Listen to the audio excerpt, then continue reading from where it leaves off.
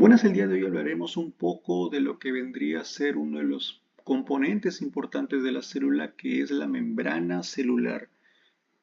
Específicamente un poco de los componentes más abundantes de esta estructura, que vienen a ser las proteínas y los lípidos. Hay que recordar que esta membrana es una membrana flexible, fina, elástica, que básicamente va a envolver a la célula, la va a envolver, delimitándola del interno de la célula con el medio externo de la célula.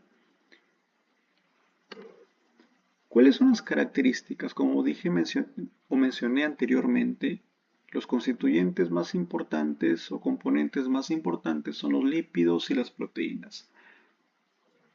Los lípidos, básicamente hablamos de tres ejemplares: fosfolípidos, el colesterol y uno que, bueno, es un lípido modificado que vienen a ser los glucolípidos, que le van a conferir en este caso una de las características importantes de la membrana, que es la permeabilidad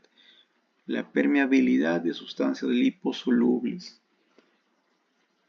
En este caso, esto permitirá o contribuirá a la barrera selectiva en lo que viene a ser la célula.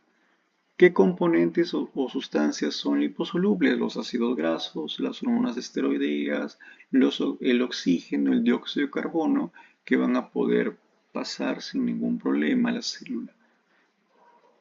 Siendo el componente más abundante es el fosfolípido. Y en segundo punto hablamos de las proteínas. Las proteínas es uno de los componentes que abarca básicamente el 55% y se ubican en la célula, incrustadas, por ejemplo, acá como las proteínas integrales o proteínas también periféricas, o también cumple funciones de transporte, de enzimas, de canales, en lo que vendría a ser en la membrana también. Ahora bien, cuando hablamos del componente lipídico, hablaremos de los fosfolípidos, que eran los más abundantes, como mencioné. Tiene una cabeza hidrofílica, glicerol fosfato y un par de colas. Es una cola de ácido graso, o sea, es una cola hidrófoba. Las regiones, o en este caso estos componentes hidrófobos, evitará el contacto con el agua. A comparación, por ejemplo, de la cabeza hidrofílica, que básicamente estará o se orientará hacia, en este caso, hacia el agua líquido, pues extracelular o intracelular. El que sea un componente hidrofílico e hidrófobo le brinda la propiedad de ser una molécula anfipática. Como observamos acá, la disposición es la siguiente. Las cabezas que son hidrofílicas van a mirar hacia el líquido extracelular y, como observamos acá, estas cabezas hacia el líquido intracelular. Y vemos acá que las colas se encuentran enfrentadas. Son colas o regiones hidrófobas en el centro de esta bicapa lipídica, evitando el contacto con el agua. Y esto contribuye a lo que vendría a ser la barrera selectiva, ¿no? Cuando hablamos del componente proteico, hablamos básicamente de proteínas integrales y proteínas periféricas. Las proteínas integrales que estamos viendo acá, vemos que son estructuras que básicamente están ancladas en la membrana celular, se encuentran incrustadas en la membrana, como vemos, están incrustadas, incluso algunas llegan a atravesar toda la membrana celular. Y pues estas proteínas también cumplen una misión, que es la de señalización pueden estar asociadas al movimiento de transmembrana de solutos y básicamente está en contacto con el líquido intra y extracelular.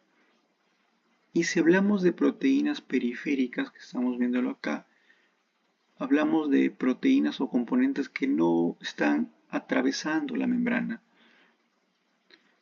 y puede ser o estar en posición intra o extracelular.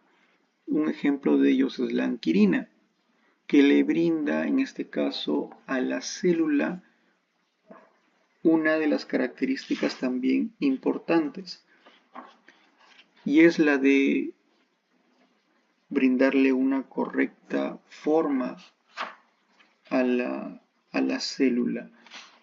Y por ejemplo, si este componente que es la anquirina no se encuentra o se encuentra mutada, podemos decir de que